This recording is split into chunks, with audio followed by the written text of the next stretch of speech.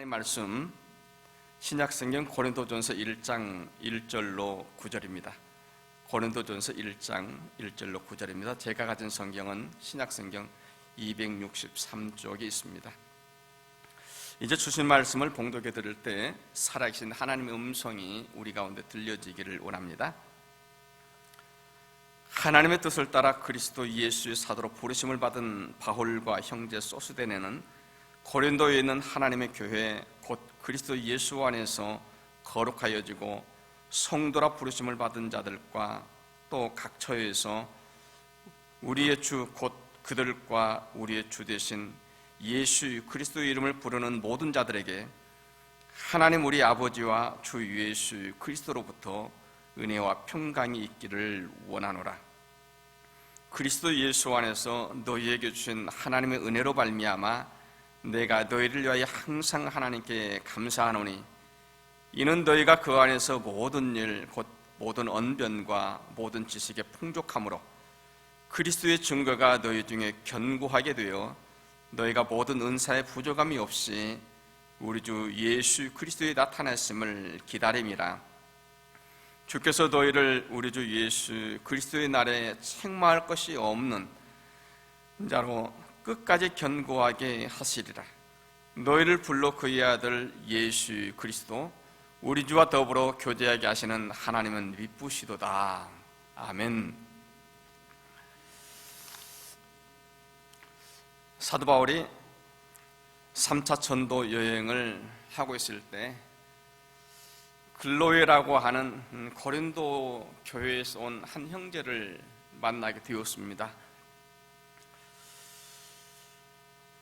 바울에게 있어서 이 고린도 교회는 잊을래야 잊을 수 없는 그런 교회입니다. 바울이 그동안 여러 지역을 다니면서 복음을 전했는데 고린도 지역만큼 한 지역에서 그렇게 오랫동안 머물면서 복음을 전한 도시는 없었습니다. 바울은 이 고린도 지역에서 1년 6개월을 지내면서 복음을 전했습니다. 사실 이 고린도 이 지역은 그렇게 호감이 가는 그런 도시는 아니었습니다. 고린도라고 하는 그 이름이 표현하는 것처럼 그 이름의 뜻이 바로 방탕하라고 하는 그런 뜻을 가지고 있는데요, 정말 고린도 이 도시는 방탕한 도시였습니다. 정치적으로, 사회적으로, 문화적으로 온갖 무질서와 부패, 그리고 성적으로도 굉장히 음탕하고 타락한 도시였습니다.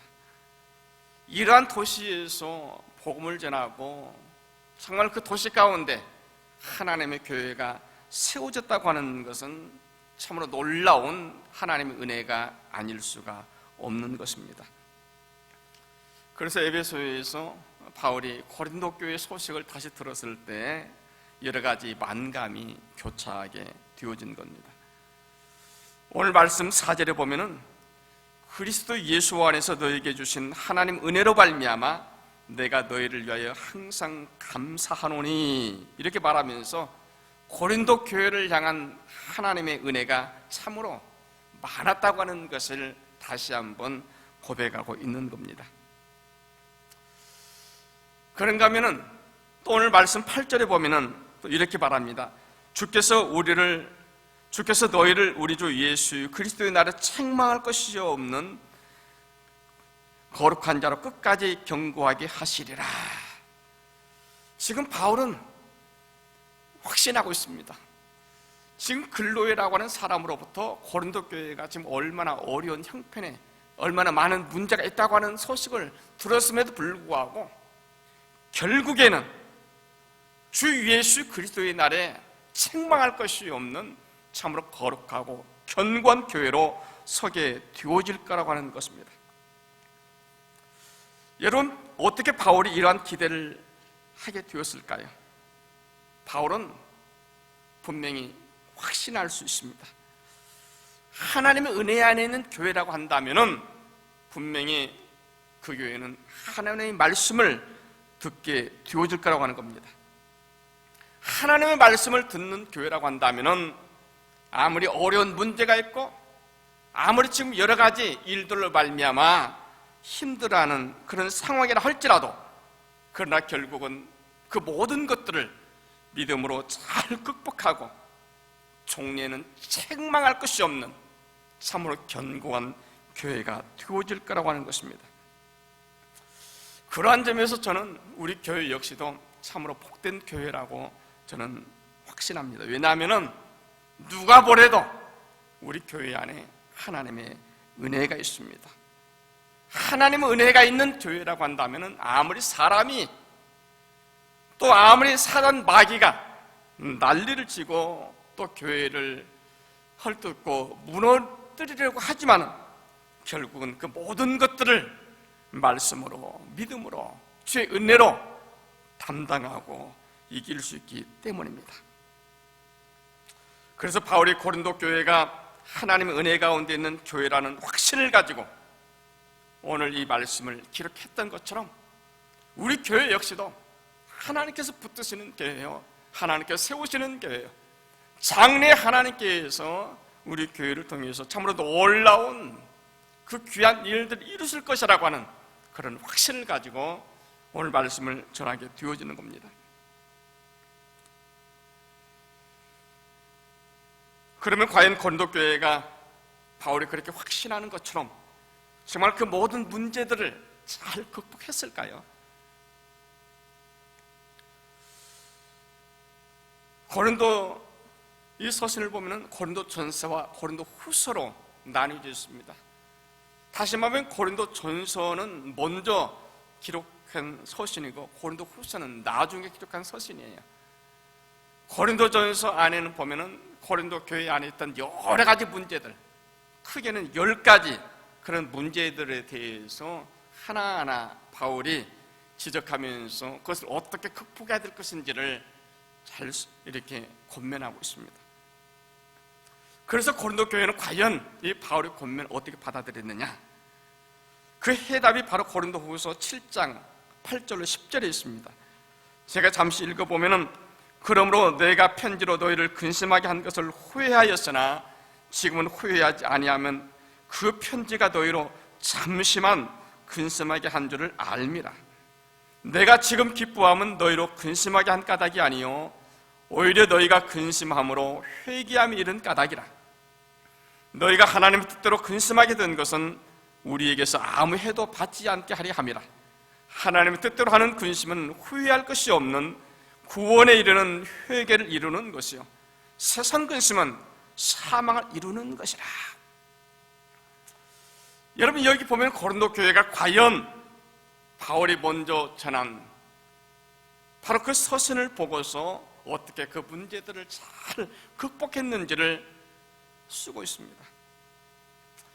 사실 바울은 고린도전서를 쓰고 나서 잠깐 동안 후회하기도 했습니다. 내가 보낸 그 서신을 보고서 성도들이 혹이라도 마음에 상처는 받지 않았을까? 성도들 혹시 마음에 이 부담감이 있지 않았을까? 이걸 생각하니까 마음이 무겁기도 했습니다.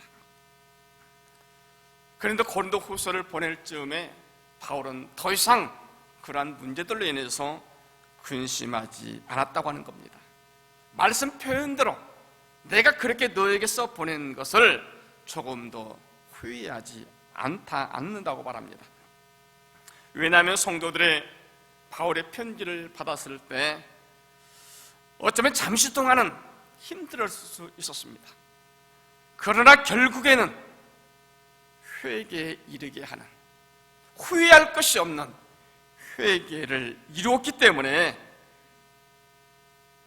이 모든 것이 하나님의 은혜라고 하는 겁니다. 그래서 이제 바울의 확신을 가지고 말하는 겁니다. 하나님의 뜻대로 하는 근심이라고 한다면은 후회할 것이 없는 회개를 이루는 것이요 세상 근심은 사망에 이르게 하느니라. 여러분, 우리가 교회에서 봉사하면서 또 우리가 헌신하다 보면은 간혹 마음을 다치는 분들을 보게 되어집니다. 사실 나는 정말 최선을 다한다고 했는데, 내가 할 수 있는 최선을 다한다고 했는데 사람들의 마음을 다칩니다. 뭐 내가 전혀 이제 다른 사람의 마음을 그렇게 조금이라도 부담 주고 싶어하는 그런 생각이 없었는데, 또 어떻게 보면 내가 이렇게 하는 것이 그 상대방에게 조금이라도 더 좋을 듯 같아서 그렇게 말을 하고 또 그렇게 일을 했는데, 오히려 이러한 것들이 오해가 되어지고 마음을 다치는 겁니다. 얼마든지 그러한 일들이 우리 안에 있습니다. 그런데 여러분, 이제는 그러한 일들로 인해서 너무 마음 아파하지 마시기 바랍니다. 오늘 말씀, 우리에게 주신 그 교훈 그대로 하나님의 뜻대로 하는 그런 근심이라고 한다면 결국은 후회함이 없는 회개를 이루게 되어져 있습니다.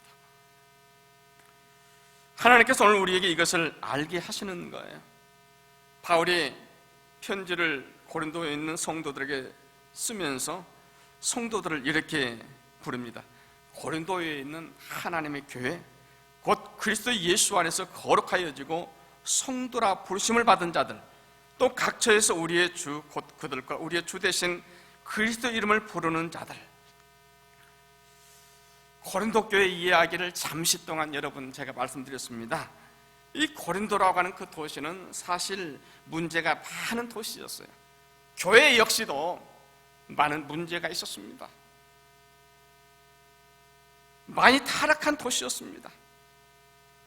그래서 교회 안에 모인 성도들 역시도 정말 이러한 많은 도시의 영향을 받았을 것입니다. 하나님의 교회라고 말은 하지만은 아마 예루살렘에 있는 교회 성도들이 그 교회를 방문했다고 한다면은 이게 교회인지 아닌지 아마 의문을 가질 것입니다. 지금 말로 말한다고 한다면은 교회를 가보니까 사람들 가운데 정말 꼴이 아닌 거예요. 정말 머리에는 온갖 빨주노포 환한 머리 염색을 다 하고, 또 이제 이 사람 몸에는 그냥 온갖 흉악한 문신들이 그냥 다 그려져 있고, 얼굴은 있는 대로 구멍을 뚫을 수 있는 곳은 다 뚫어가지고 고리를 다 달았습니다. 코에도 뚫고 눈썹에도 뚫고 혓바닥에도 뚫고, 귀에다도 하나만 뚫는 게 아니고 한 10개씩 두루룩 다 뚫어놓고. 정말 겉으로 보았을 때 이게 전혀 성결한 교회의 모습이 아닌 거예요. 사람들이 옷을 입었는지 벗었는지, 정말 어쩌면 그렇게 또 말하는 것도 다른 거예요. 이게 정말 예수 믿는 사람인지 아닌지 구분이 안 가는 거예요. 그런데 바울은 이러한 교회를 향해서 그리스도 예수 안에서 거룩하여지고 성도라고 부르심을 받은 사람들이라고 말하는 것입니다. 다른 모든 사람들은 그 사람들을 바라보았을 때 인간 쓰레기처럼 보았다 할지라도 바울의 눈에는 사랑스럽고 예수 안에서 거룩하여진 성도들로 보이는 것입니다. 왜인 줄 아십니까? 하나님의 은혜가 임했기 때문에 그렇습니다. 우리도 마찬가지입니다. 여러분, 우리도 거룩한 성도로 우리는 부르심을 입었습니다. 우리가 거룩한 성도라고 불려지는 것은 예수 그리스도의 은혜가 우리 가운데 임했기 때문입니다. 예수 그리스도의 십자가 보혈의 은총이 우리 가운데 임했기 때문입니다. 아직은 내 본래 가지고 있던 그런 악한 습관이, 성품이 남아있어서 다른 사람 보기에는 정말 인간답지 않은 것처럼 보일 수도 있을 것입니다. 그럼에도 불구하고 분명한 것은 우리 안에 내 안에 예수 그리스도의 은혜가 임하였다고 하는 사실입니다. 십자가 보혈의 은총이 우리 가운데 임했습니다. 그래서 성도라고 불려주는 겁니다.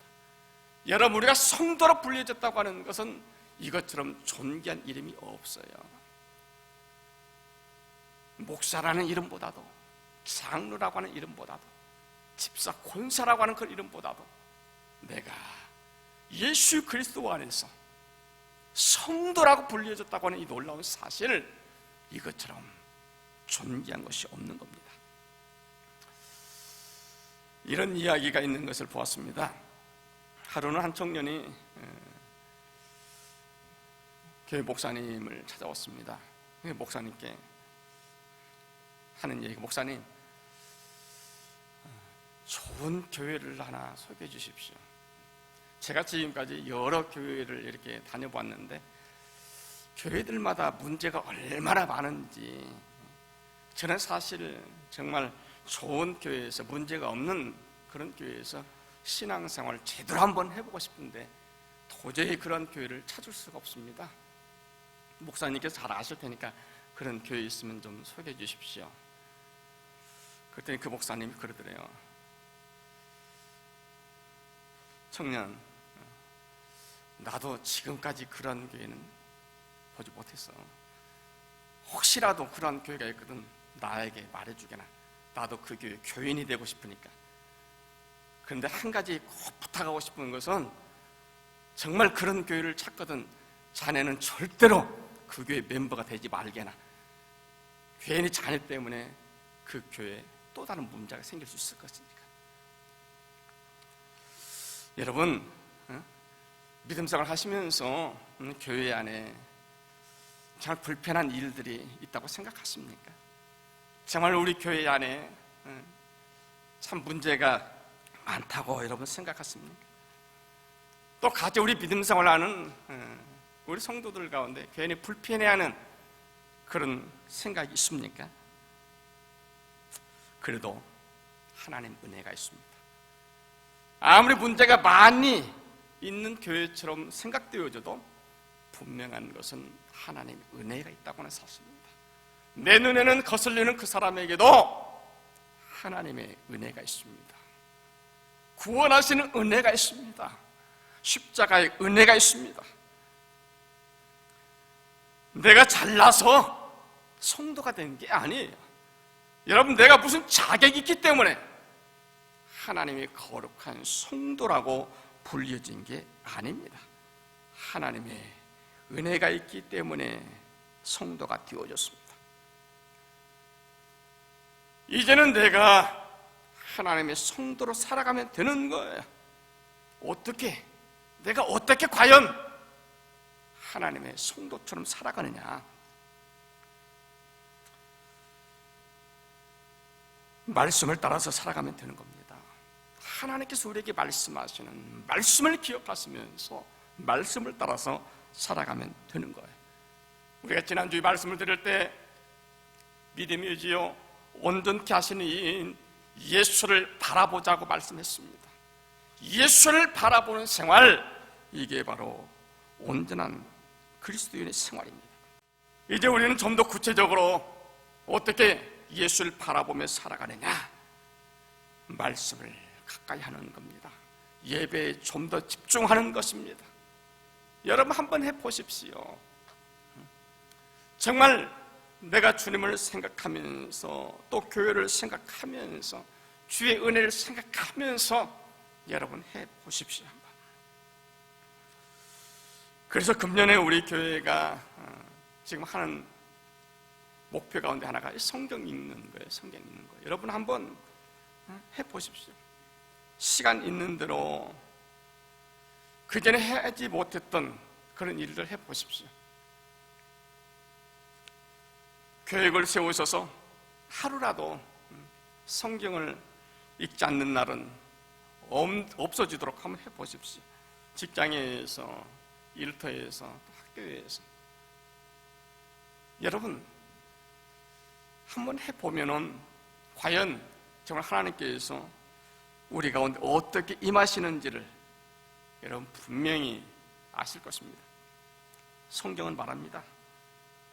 주의 말씀은 내 발의 등이요 내 길의 빛이니이다. 주의 말씀이 내 안에 들려지고 내 기억 속에 있을 때 내가 어떻게 나에게 주어진 삶을 제대로 살아가게 되어질 것인지를 밝혀주십니다. 생각나게 하십니다. 실수하지 않게 하십니다. 기독교 고전 가운데 예수님이라면 어떻게 하실까? 이런 책이 있습니다. 그 책의 내용을 잠시 그렇게 요약을 하자면은 교회를 목회하는 목사님께서 이제 예수님에 대한 말씀을 이렇게 하시면서 성도들에 그렇지 않았습니다. 여러분, 금년 한 해 동안은 혹시 우리가 무엇을 하더라도 내가 정말 이 일을 하는데 예수님이라면 이 일을 어떻게 하셨을까? 이것을 생각해 보면서 한번 해보십시다. 성도들 가운데 많은 사람들이 동의를 했습니다. 사람들에게 인기를 누리면서 살아가던 대중가요 이 가수가 생각했습니다.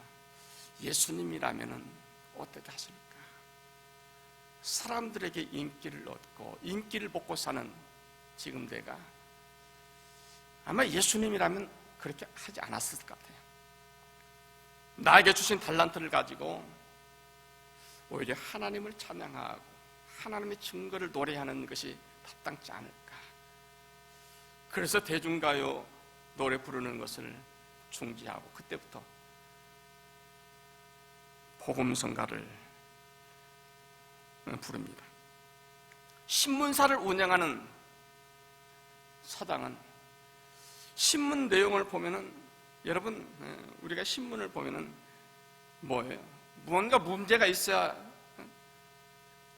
볼 게 있잖아요. 정말 신문 내용을 보니까 거의 그런 내용들이 있는 거예요. 뭐 누가 누구를 죽였다더라, 누구를 살인쳤다더라, 누가 무슨 일 했다더라, 정부에 누가 어쨌다더라. 또 그런 다음 밑에 광고란을 보니까 이거는 뭐 별로 바람직한 그런 게 별로 없는 거예요. 작정을 했습니다. 이제는 안 좋은 소식은 싫지 않으리라고, 좋은 소식만, 하나님께 영광을 돌릴 수 있는 그런 것들만. 그러다 보니까 어떻게 해요? 신문사 운영이 잘 안 되는 거예요. 광고주들이 광고를 안 하니까 또 사람들이 별로 흥미있는 그런 기사가 없으니까 안 보는 거예요. 가게를 하는 사람도 다른 사람들에게 조금이라도 피해가 되고 다른 사람들에게 조금이라도 안 좋은 것이라고 한다면 물건을 팔지 않습니다. 처음에는 정말 많이 힘들었습니다. 경제적으로 또 정말 여러 가지 많은 복잡한 일들도 생겼습니다. 그런데 그 모든 것을 참고 견디는 가운데 하나님께서 베푸시는 은혜를 경험했습니다. 지금까지 내가 생각지 못했던, 지금까지 내가 어디에서 볼 수 없었던 그 놀라운 평화가 임하는 것을 경험했습니다. 고린도 교회가 그랬습니다. 고린도 교회가 바울의 이 편지를 받고서 잠시 동안은 근심할 수 있었습니다. 그러나 결국은 하나님의 뜻대로 하는 근심, 이것은 후회함이 없는 구원을 이루게 되어졌다고 하는 것이죠. 지금까지 발견치 못했던 놀라운 평화가 임하여 있는 것을 본 겁니다. 여러분, 무엇보다도 우리 스스로를 존귀하게 여기시기를 바랍니다. 바울은 자기 자신을 소개할 때 이렇게 소개합니다. 하나님의 뜻을 따라서 그리스도 예수의 사도로 부르심을 받은 바울. 또 그 바울이 고린도 교회 성도들 향해서 예수 안에서 거룩하여지고 성도라고 부르심을 받은 자들, 바울이 자신을 소개하는 자들이나 고린도 교회를 향한 성도들을 말하는 그 모습이나 보면 같은 내용의 구절이 있는 것을 보게 되어집니다. 사도로 부르심을 받은 바울, 성도라고 부르심을 받은 사람들, 부르심을 받은 사람들이라고 하는 것입니다. 여러분, 우리 역시도 하나님의 특별한 일을 위해서 하나님의 목표가 있어서 불러주신 성도라고 하는 것입니다. 우리는 그저 세상 사람들 가운데 한 사람이 아니에요. 하나님의 뜻을 따라서 하나님의 계획이 있어서 하나님께서 불러주셨습니다. 그래서 우리는 무엇보다도 이제 성도로서 성도의 품성에 따라서 살아가기를 원하는 겁니다. 바로 이 표현이 오늘 말씀 표현대로 성령 안에서 변화된 삶을 살고자 하는 겁니다. 내가 원하지 않았던 간에 내 안에 성령의 은혜가 임하였습니다. 그래서 이제는 정말 성령 안에서 변화된 그리스도인으로 살아갈 수 있기를 소원합니다. 믿음의 증거를 보일 수 있기를 원합니다. 바울은 고린도 교회를 향한 확실한 믿음이 있었습니다. 그래서 아무리 많은 문제가 있는 것처럼 말을 하여도 바울은 감사할 수가 있었던 거예요. 그래서 오늘 말씀 가운데 5절, 6절, 7절에 보면은 이는 너희가 그 안에서 모든 일, 곧 모든 언변과 모든 지식의 풍족함으로 그리스도의 증거가 너희 중에 견고하게 되어 너희가 모든 은사의 부족함이 없이 우리 주 예수 그리스도의 나타나심을 기다림이라, 이렇게 말했습니다. 바로 이 고린도 교회 안에 정말 언변과 지식이 풍족한 것을 보았습니다. 그래서 이것을 보고서 하나님께 감사한다고 말하는 겁니다. 왜냐하면 고린도 교회 안에 있는 바로 이러한 자원을 가지고 그리스도를 더욱더 견고하게 할 수 있었다고 하는 겁니다. 사람들 가운데 보면은 언변의 은사가 있는 사람들이 있습니다. 말을 잘하는 사람들이 있어요. 같은 말을 하는데 내가 말하는 것과 그 사람이 말하는 것은 달라요. 사람을 움직이게 하는 힘이 있습니다. 또 그런가 하면은 지식에 풍족한 은사가 있습니다. 뭔가 그 사람에게 가면은 문제가 해결될 수 있을 것 같은 거예요.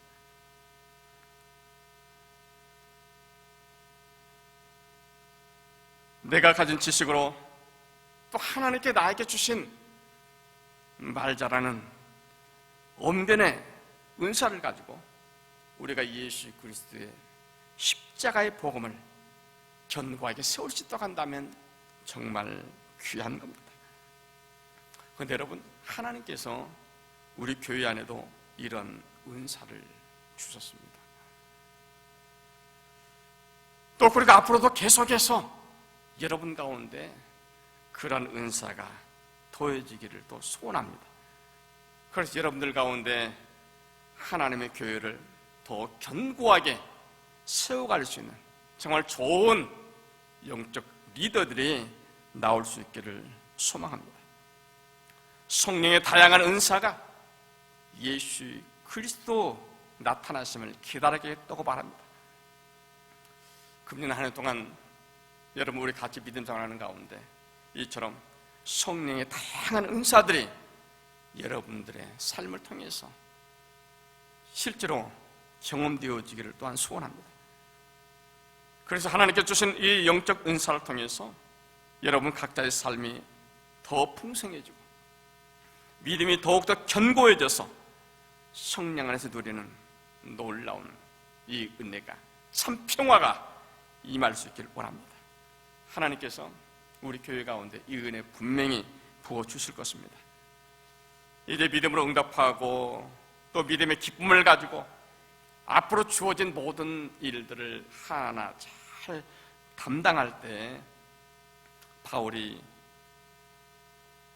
축복한 것처럼 그의 아들 예수 그리스도 우리 주와 함께 하시는 하나님의 기쁨이 저와 여러분 가운데 가득히 임할 수 있기를 간절히 소망합니다.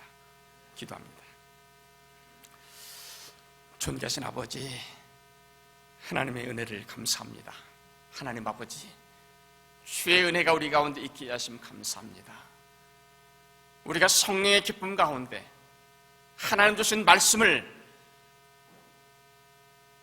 따르며 살아갈 수 있는 거룩한 성도들 되게 하심 진실로 감사합니다.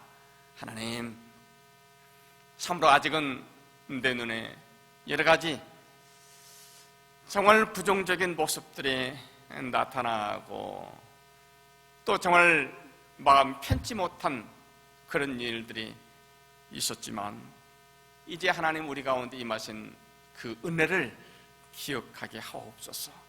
그래서 아버지, 정말 하나님께서 이루시고 베푸시고 또 하나님께서 나 한 사람 한 사람을 통해서 우리 모든 성도들 통해서 하나님 복되게 하신 하나님의 교회를 통해서 우리 모든 성도들에게 은혜가 더해지게 하옵소서.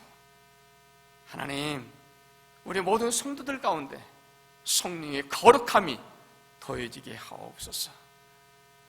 그래서 바울이 고백했던 것처럼 후회함이 없는 구원에 이르는 놀라운 일들이 우리 가운데 하나하나 나타내지게 하옵소서. 주께서 모든 것을 친 예수를 믿사옵고 예수님 이름으로 기도하옵나이다. 아멘.